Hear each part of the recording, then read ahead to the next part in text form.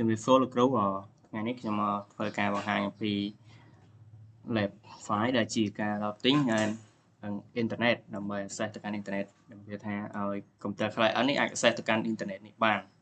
ហើយនឹងវាអាចអាស្រ័យតាក់ទងគ្នាបានដោយនៅក្នុង router ខុសគ្នាអញ្ចឹងយើងត្រូវធ្វើម៉េចអញ្ចឹងជាដំបូងឡើងត្រូវមាន diagram បែបនេះសិនដើម្បីធ្វើវាបានហើយនេះគឺ IP របស់ IT ដែលគេចង់បាន LAN admin និង HR អញ្ចឹងឥឡូវយើងចូលដល់ config មុនគេគឺជា IP មួយនេះrouter មួយនេះព្រោះ router មួយនេះវាត្រូវការបោះ IP ទៅឲ្យ router ទាំងពីរនេះដើម្បីអាច router ទាំង3នោះអាចអាស្រ័យតាក់ទងគ្នាបានអញ្ចឹងចូលទៅអានេះមុនគេយ៉ាមាននេះសាបើកហើយកុំឲ្យបើកច្រើនដល់អញ្ចឹងបងឡាយយើងចូលមកយើងត្រូវចូលទៅ config នៅក្នុង IP address មុនគេឬក៏យើង rename វាសិនទៅដើម្បីស្រួលសម្គាល់ថាណាទៅកាន់ណាអញ្ចឹង interface លេខ2ទៅកាន់ router 1អញ្ចឹងគឺជា R1 នេះគឺ interface លេខ2ចេញមកនេះជួបមកនេះលេខ1អានេះលេខ3មកកាន់ router 3នេះ router ទី2យើងវិញនេះអញ្ចឹងគឺខ្ញុំ rename ហើយទី4នេះគឺសម្រាប់ LAN admin ដែលជារបស់ client ហើយនេះគឺជា internet មកពី WAN កាន់មកពី internet នេះអញ្ចឹងយើង rename វាហើយយើងចូលទៅកាន់ IP address ចាំឲ្យយើង assign IP ឲ្យ router ទាំងពីរហ្នឹងទៅកាន់ R1 និង R3 អញ្ចឹងគឺ assign បែបនេះនេះទៅកាន់ R1 ខ្ញុំដាក់ 10.1.1.1/30 ទៅកាន់ internet R2 ដែលយើងបាន rename ហើយគឺសម្រាប់ R1 អញ្ចឹងយើងបង្កើតហ្នឹងដើម្បីវាអាចអាស្រ័យទៅតគ្នាបាន router ហ្នឹងហើយតមកនេះគឺជា router ទី2ខ្ញុំដាក់ 10.2.2 ដើម្បីទៅកាន់ router ទី3នេះដើម្បីឲ្យវាអាចតាក់ទងមកកាន់ router ទី2ដើម្បីឲ្យ internet client ទាំង3នេះអាចតាក់ទងមកគ្នាទៅវិញទៅមកបានអាច access ទៅ internet បានតែសម្រាប់ access internet បានយើងត្រូវការបង្កើត default static របស់ default gateway ហ្នឹងសម្រាប់ static default route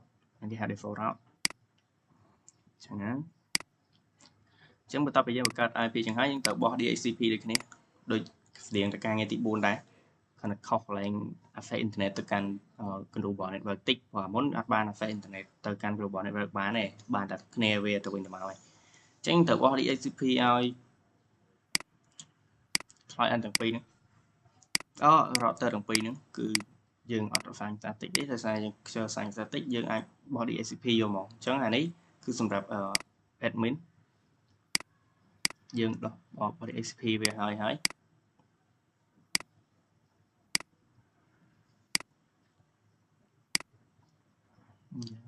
ចេញមកច្រើនមកក៏ DHCP ហើយយើងត្រូវបង្កើត NAT ដូចគ្នា firewall បូក direction ដាក់ NAT មក secret មកហើយ OK មកដើម្បីមានអ៊ីនធឺណិតតមកយើងត្រូវចូលទៅកាន់route ឬក៏យើងទៅធ្វើនៅកាន់ Onifin ក៏បានដែរដើម្បី assign IP វាហើយសិនយើងកាន់ហ្នឹងយើងកំតទៅយើងចូលនៅកាន់ router ទី3ទី1វិញខ្ញុំចូលទី3ចូលមកកាន់ទី3ចូលដំបូងគេ rename interface បែបនេះគឺ LAN ទី2 LAN 1សម្រាប់មក access មកកាន់ router នេះrouter 2នេះវិញ router 2ព្រោះនេះវាកាន់មកកាន់នេះលេខ1អញ្ចឹងយើងទៅដាក់លេខ1វិញចានេះគឺនៅក្នុង interface លេខ1 LAN HR ដែលយើងបង្កើតហើយដាក់ហើយនេះតែយើង assign IP ទៅកាន់នឹងវិញយើងដាក់ 10.2.2 អញ្ចឹងខាងនេះខ្ញុំយកចុច1ចេញពីនេះតែមកពីនេះវិញខ្ញុំដាក់ 2.2 កតុយអញ្ចឹងនេះ 10.2.2 ទាំងអស់មាន 10.2.1 បោះចេញពីនេះ 10.2.1 អញ្ចឹងគឺខ្ញុំដាក់ 10.2.2 ចេញពីនឹងវិញដើម្បីវាស្គាល់គ្នាហើយក៏ assign IP ឲ្យ client យើងក៏ DHCP ឲ្យ client យើងអត់បោះឲ្យ router ទៀតទេហើយបន្ទាប់មកយើងត្រូវចូលកាន់ route ដំបូងឡើយត្រូវបង្កើត default route មួយដែរយើងគាត់ថា y.0.0 ហើយយើងត្រូវវាយដែល router ហ្នឹងដែលត្រូវឆ្លងកាត់គឺឆ្លងកាត់កន្លែងនេះគឺ 10.2.2.2.1 អញ្ចឹងដើម្បី access មកដល់កន្លែងនេះបានយើងត្រូវកាត់ឆ្លងកាត់អានេះអញ្ចឹង router នេះវាចេញពីនឹងមកវាត្រូវឆ្លងកាត់កន្លែងនេះអញ្ចឹងត្រូវស្គាល់ default gateway របស់ interface 3នេះអញ្ចឹង interface 3មិញយើងដាក់ 10.2.2.1 អញ្ចឹងហើយកន្លែងនេះដាក់ហើយនេះ 10.2.1 អញ្ចឹង default internet គឺបែបនេះ default route យើងអាច access ទៅ global យើង /0.0 ហ្នឹងហើយដាក់ default gateway របស់ router ដែលយើងត្រូវឆ្លងកាត់ទៅកាន់ដល់កន្លែងហ្នឹងមកអូខេហើយតមកយើង assign បើដូចគ្នាដូចការងារទី4អញ្ចឹងគឺយើង assign ដើម្បី access ទៅ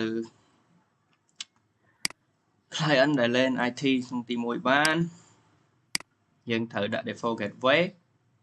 របស់ router ទី2គ្នាព្រោះវាត្រូវឆ្លងកាត់ router ទី2ព្រោះ router ទី2វាស្គាល់អានេះអញ្ចឹងដល់ពេលដែលឆ្លងកាត់មកដល់ router ទី2ហើយវាប្រកាសជាស្គាល់ router ទី1 router ទី1វាអាចនឹង ping មកទី3បានហើយអញ្ចឹងដាក់ប៉ុណ្្នឹងមក default gateway វាហើយ IP របស់ LAN 1 LAN IT ហ្នឹងហើយតមកនេះជារបស់ទី2ដែលយើងដាក់វាត្រូវស្គាល់គ្នាដែរ LAN ទី2ហ្នឹងដូចគ្នាឆ្លងកាត់ផ្លូវតែមួយទេគឺ E interface 3ដូចគ្នាអានេះគឺរបស់វាទេរបស់ខ្លួនវាបន្តពីហ្នឹងហើយតែកន្លែងនេះមិនដូចជា20ហ្នឹង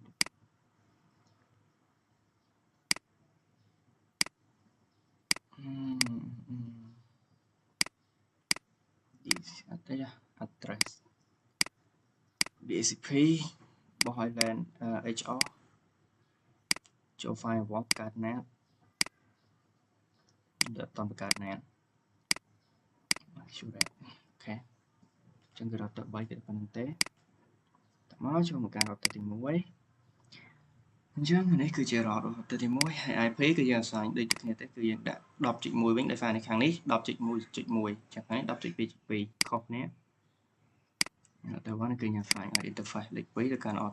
router ទី2ហើយ IP របស់ client យើងទៅប៉ុណ្្នឹងដែលយើង assign ហើយយើងចូលកាន់ route គឺយើង add របស់ internet 2 internet 3ដែលឆ្លងកាត់ 10.1.1 វិញដោយសារកន្លែងនេះវាឆ្លងកាត់ internet ពីនេះមកវាត្រូវការឆ្លាក់នេះវិញអញ្ចឹង 10.2.2.1 តែអានេះពេលដែលឆ្លងកាត់មកចង់ស្គាល់ព្រោះអានេះបើថាវាចង់ស្គាល់មកខ្លះនេះយើងត្រូវដាក់ IP មួយនេះមួយទៅវាស្គាល់បានអានេះមកខាងនេះវិញ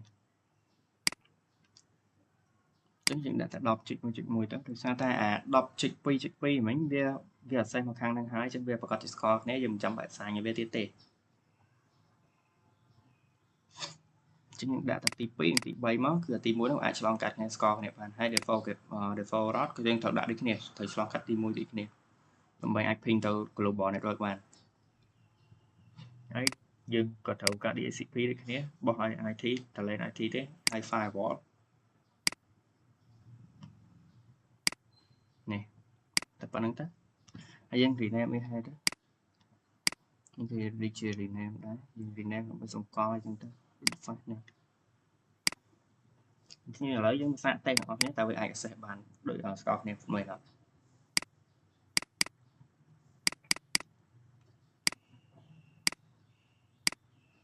ទី3មក DHCP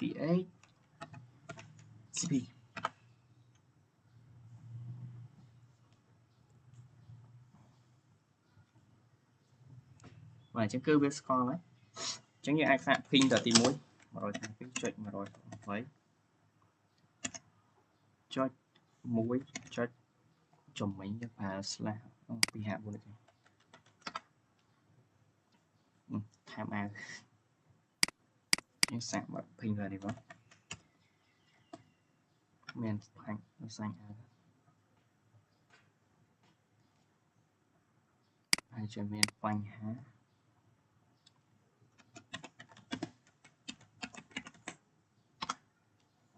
អញ្ចឹងទី1នេះគឺ ping ទៅ global network ដែលចេះនេះ ping ទៅ 8.8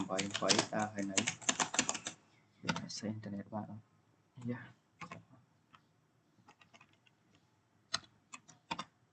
អញ្ចឹងគឺ ping ទៅបានហើយទី2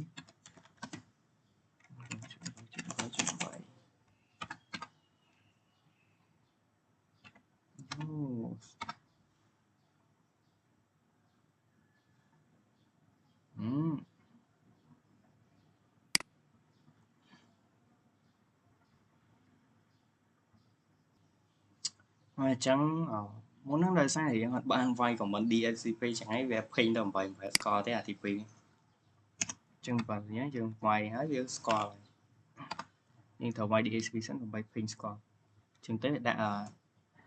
not reachable ហើយហ្នឹងសាររបស់អាទី2 ping ទៅកាន់អា2នោះវាដាក់វាស្គាល់គ្នាអត់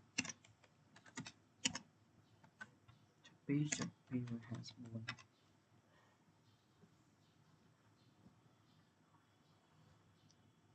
យ៉ាសេខុស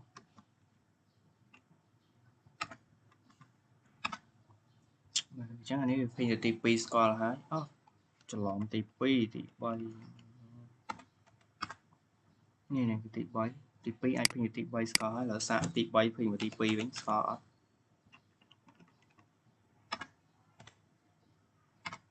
អញ្ចឹងទី3ពេញមកស្គាល់ទី2ដូចគ្នាទី1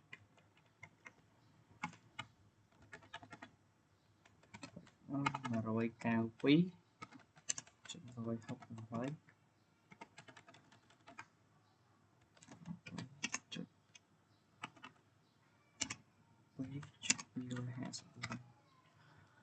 អញ្ចឹងអាទី1ក៏អាចពេញទៅទី2ស្គាល់ដែរ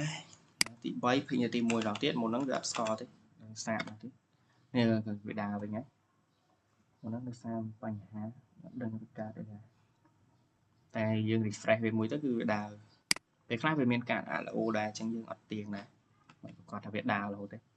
អញ្ចឹងអានេះសាកពេញទៅទី1ម្ដងអញ្ចឹងពេញទី1ក៏ស្គាល់ដែរទី2អញ្ចឹងទី3អាចពេញ access មកកាន់ទីclient ទី1បានទី2បានគឺអូខេហើយទី3ហើយទី1អាចពេញទៅទី2បានតែនៅពេញទៅទី3ម្ដងទី3ក៏ពេញទៅបានដែរអញ្ចឹងគឺវាអាចស្គាល់ហើយអ៊ីនធឺណិតមិនក៏អាចពេញទៅបានដែរអញ្ចឹងទី2ពេញទី1ទី3បានហើយ